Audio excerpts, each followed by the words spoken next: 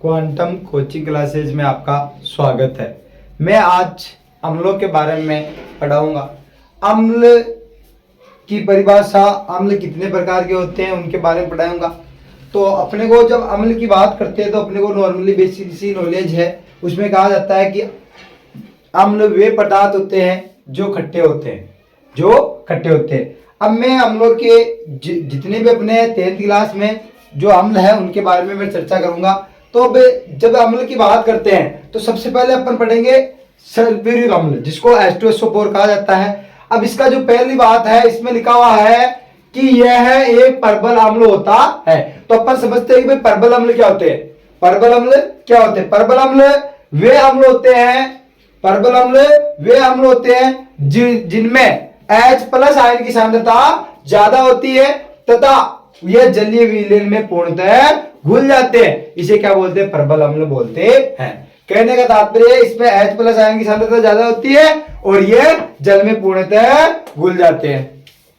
फिर आता है इसे रसायनों का राजा भी कहा जाता है। यह अम्लों का राजा, इसे अम्लों का राजा भी कहा जाता है। क्यों? क्योंकि ये इसका सबसे ज्यादा मतलब अम्लों में सबसे कम पीएच बोले लगभग 0 के पास होती है। इसकी जो पीएच वैल्यू होती है लगभग 0 के पास होती है और इसे अम्लों का राजा और क्षारों का राजा कहा जाता है। अपने से अभी थोड़ा सा अम्लों का राजा H2SO4 को कहा जाता है, लेकिन अम्लराज अलग होता है। अम्लराज को इंग्लिश में एक्वारेजिया कहा जाता है। तो अपने को यह नहीं समझना है कि अम्लराज में H2SO4 होता है, अम्लराज में H2SO4 नहीं होता है। फिर इसे गंधक का अम्ल भी कहा जाता है। गंधक अपने को पता है कि गंधक सल्फर को गंधक कहा जाता है। इसका मतलब जो सल्फ्यूरिक अम्ल है इसमें एस है, गंधक है, इसलिए इसे गंधक का अम्ल भी कहा जाता है। फिर आता है यह अम्लीय वर्षा के लिए जिम्मेदार होता है। क्या? क्योंकि जब अपने प्रदूषण होता है, पटाखे उनको जलाते हैं तो अपने को पता है एक तो नाइट्रोजन ऑक्साइड गैस निकलती है और एक सल्फर डाइऑक्साइड गैस निकलती है। जब सल्फर डाइऑक्साइड वातावरण में जाती है, वायुमंडल में, तो ये क्या करती है? सल्फ्यूरिक अम्ल का निर्माण करती है, जिसके कारण अम्लीय वर्षा होती है। तो अपने को यह भी ध्यान रखना है कि अम्लीय वर्षा के लिए कौन सी अम्ल जिम्मेदार होता है। तो पहला अपना होता हो गया H2SO4। फिर इसका जो पीएच होता है वो लगभग 0 होता है। अब अपने को जब परबल अम्ल की परिभाषा होगी उसके साथ में अपन पढ़ेंगे सांद्र अम्ल क्या होते हैं। एक तो होता है परबल अम्ल, एक होता है सांद्र अम्ल। सांद्र अम्ल का मतलब क्या है? सांद्र अम्ल वे अम्ल होते हैं जिनमें अम्ल की मात्रा तो ज्यादा होती है, लेकिन जल की मात्रा कम होती है। और उसके बाद में अपन पढ़ेंगे तनु अम्ल।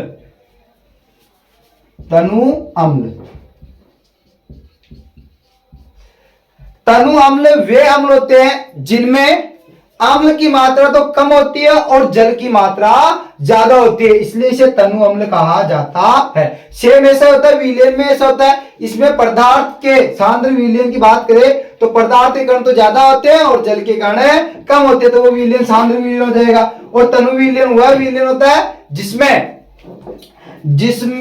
अम्ल की मात्रा तो कम और जल की मात्रा ज्यादा होती है। तो अपने को एक क्वेश्चन ये भी पूछा जाता है कि तनुकरण का मतलब होता है कि अम्ल में जल मिलाना। और जब अपन अम्ल में जल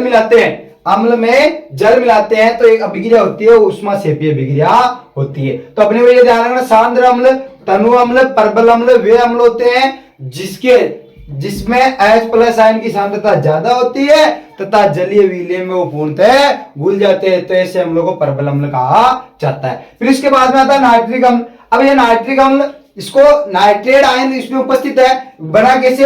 हाइड्रोजन और नाइट्रेट से, तो इसको बोलते हैं नाइट्रिक अम्ल। यह भी एक परबल अम्ल होता है और यह एक खनिज अम्ल होता है। H2SO4 भी, सल्फ्यूरिक अम्ल भी एक खनिज अम्ल होता है। फिर उसके बाद में इसे सोरे का अम्ल भी कहा जाता है। जो HNO3 होता है उसे सोरे का अम्ल भी कहा जाता है और इसका उपयोग अम्लराज बनाने में किया जाता है। अपने को ये थोड़ा शब्द है अम्लराज, इसको इंग्लिश में एक्वारेजिया बोलते हैं, इसको रॉयल वाटर भी कहा जाता है। इसका निर्माण HNO3 और HCl को मिलाने पे होता है। HNO3 और HCl को अगर अपन 1:3 में मिलाते हैं तो अम्लराज का निर्माण होता है। और यह भी क्या है जैसे H2SO4 अम्लीय वर्षा के लिए जिम्मेदार था, यह भी अम्लीय वर्षा के लिए जिम्मेदार होता है। तो अपने को यहाँ पे एक शब्द आया कि अम्लराज क्या होता है, इसमें सांद्र HNO3 तथा सांद्र HCl को 1:3 में मिलाया जाता है, तो यह अम्लराज बनता है। फिर आता है HCl। देखो HCl हाइड्रोक्लोरिक अम्ल होता है, और अपने को पता है यह एक परबल अम्ल होता है, यह भी खनिज अम्ल होता है। इसे नमक का अम्ल भी कहा जाता है। क्यों? क्योंकि अपने को पता है NaCl, इसको नमक कहा जाता है, और जो HCl होता है ये भी, इसको दोनों को जो फॉर्मूला देखा जाए तो लगभग सेम सा दिखाई देता है, इसलिए इसको नमक का अम्ल भी कहा जाता है। फिर उसके बाद में इसका उपयोग अम्लराज बनाने में का, मैंने लास्ट टाइम जब अभी पहले जो मैंने अम्लराज की परिभाषा बताई उसमें बताया था कि जो अम्लराज होता है उसमें HCl का भी उपयोग किया जाता है। मैंने सांद्र की बता दी, तनु की बता दी, परबल क्या होता है, दुर्बल क्या होता है। फिर उसके बाद में हम पढ़ते हैं कि यह आमाशय में भी पाया जाता है। यह अपने जो उदर है आमाशय, उसमें पाया जाता है। क्यों? क्योंकि अपने पता है आमाशय से जठर ग्रंथियों का स्राव होता है, जठर ग्रंथियों से जठर रस का स्राव होता है, और जठर रस में HCl अम्ल पाया जाता है, जो क्या करता है, अपने शरीर में जो हानिकारक जीवाणु है उसको मारता है, और साथ में क्या करता है, भोजन के माध्यम को अम्लीय करता है। फिर उसके बाद में ये सभी खनिज अम्ल, तीनों क्या है, खनिज अम्ल है। फिर आता है एसिटिक अम्ल।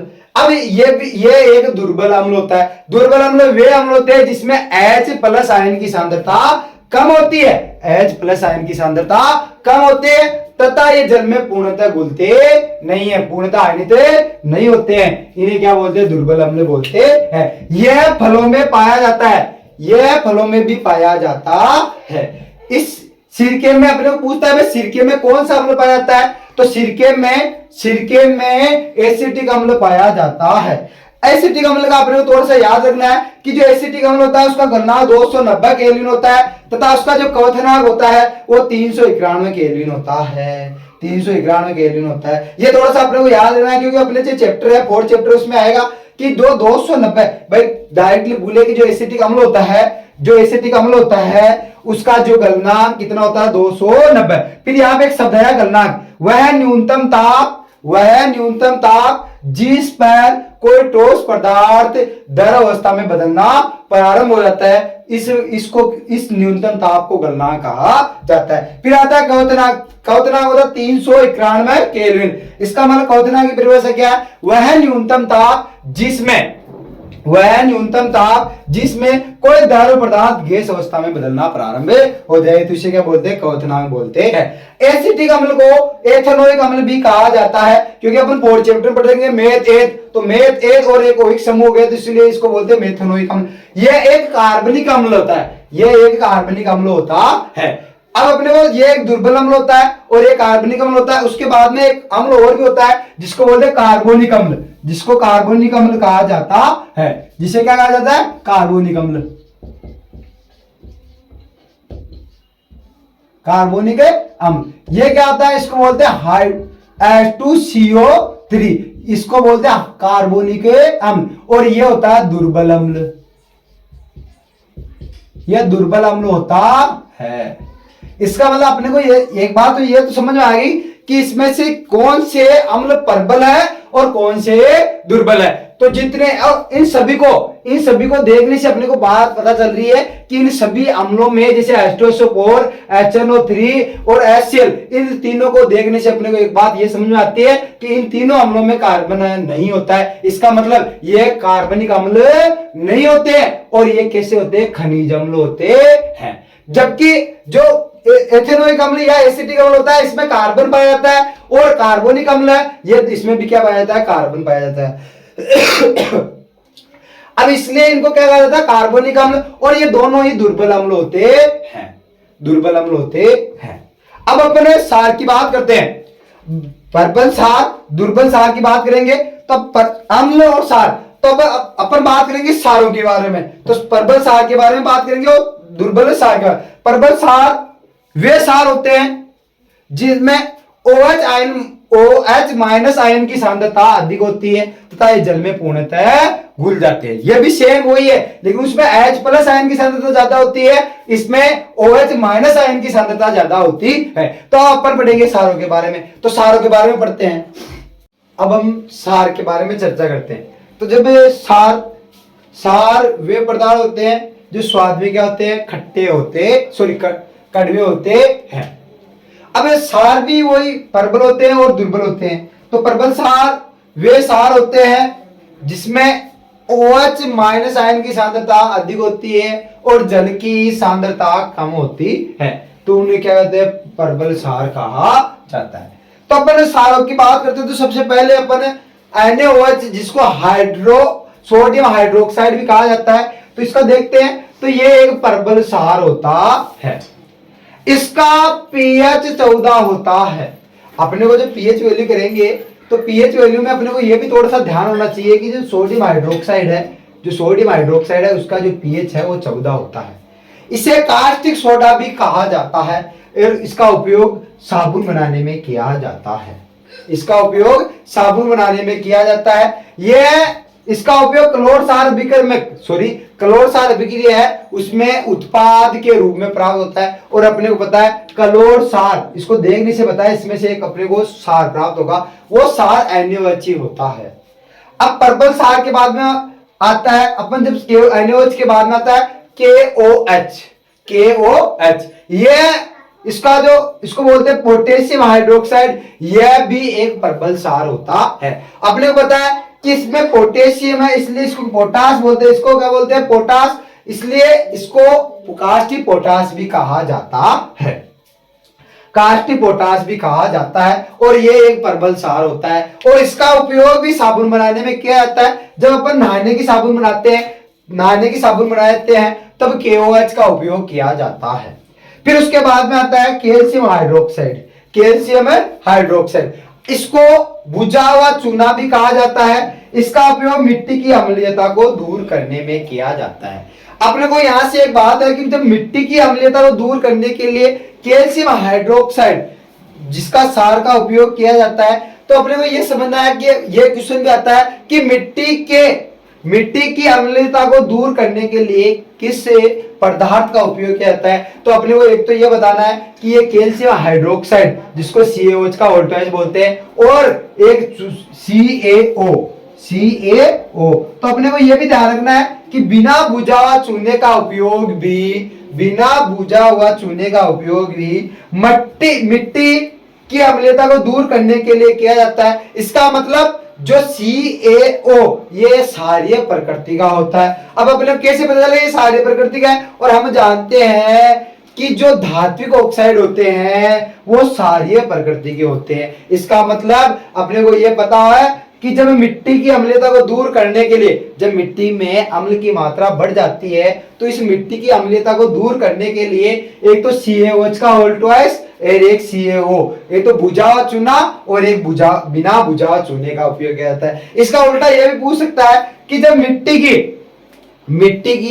मिट्टी में सार की मात्रा बढ़ जाती है, जब मिट्टी क्षारीय हो जाती है, तो उसमें जैविक खाद का उपयोग किया जाता है, और जैविक खाद में अम्ल होता है। इसलिए जब मिट्टी में अगर सार की मात्रा बढ़ जाए तो अपने को जैविक खाद का उपयोग करना चाहिए।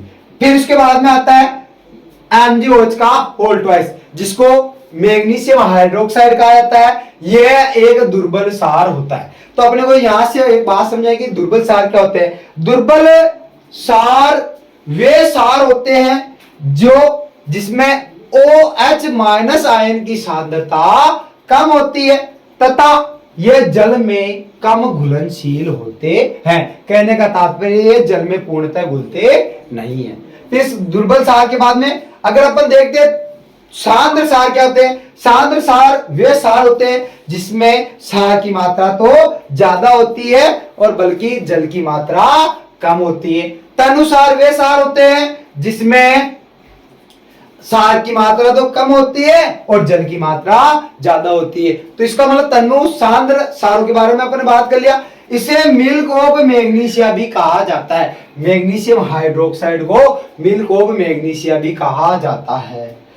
इसको एंटासिड या प्रति अम्ल कहा जाता है। मतलब जब अपने शरीर में अपच की स्थिति हो जाती है तो अपने शरीर में एसिडिटी बन जाती है। जब अपने को पता है, जब मैंने बताया कि HCl अपने आमाशय में HCl पाया जाता है, उसकी मात्रा बढ़ जाती है खट्टे पदार्थ खाने से। जब मात्रा बढ़ जाती है तो अपने को क्या करना है कि एक सार लेना है, और ये सार होता है मिल्क ऑफ मैग्नीशिया, जिसको एंटासिड या प्रति अम्ल कहा जाता है, जिससे अपने जो पेट में जो जलन होती है उससे अपने को राहत मिलती है।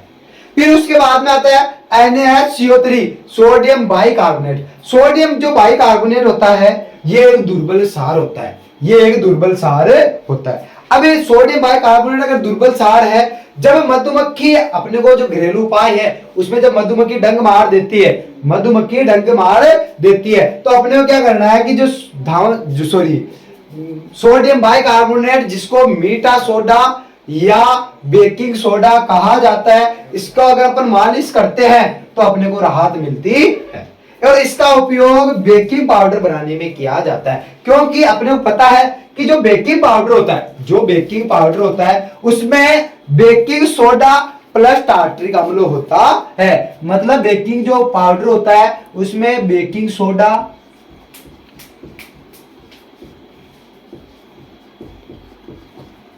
प्लस टार्टरिक अम्ल होता है। इसका मतलब इसका उपयोग बेकिंग पाउडर में किया जाता है। अब मैंने यहाँ पे प्रबल सार और दुर्बल सार यहाँ पे इसलिए लिखा था क्योंकि अपने को नॉर्मली एक नंबर का क्वेश्चन ये भी पूछ सकता है कि कोई दो प्रबल सारों के नाम लिखो, तो अपने को पता है कि प्रबल सार कौन कौन से NaOH और KOH। अगर अपने को ऐसा बोल सकते हैं कि दुर्बल सारों के नाम लिखो, एक तो MgOH का होल ट्वाइस, एक CaOH का होल ट्वाइस, एक सोडियम बाइकार्बोनेट, ये सब क्या होते हैं, दुर्बल सार होते हैं। तो मैं अब जितने भी अपने जो अम्ल थे उनके बारे में मैंने चर्चा कर ली है। अब मैं अगली क्लास से जो 10th में साइंस का जो पहला चैप्टर है रासायनिक अभिक्रिया वाला, वो अब मैं पढ़ाऊंगा। ठीक है, धन्यवाद।